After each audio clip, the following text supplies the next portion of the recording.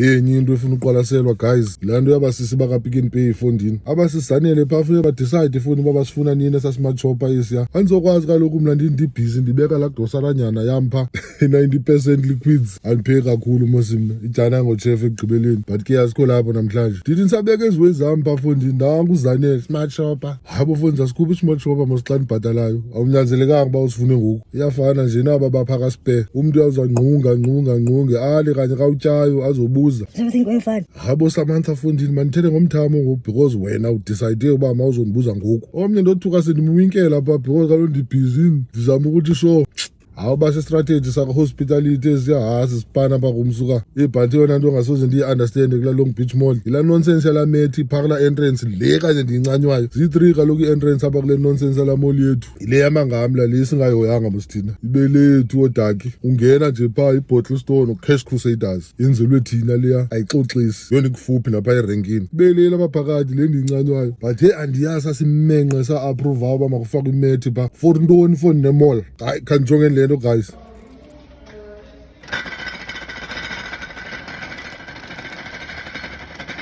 Vele ube ngumjojo kuwe wonke laa mntu ufondini uhleli phaa kulaa tyhu yaka-Nedbank, but ke guys kuzawuba sathwani na esilapha, masiqhubeni.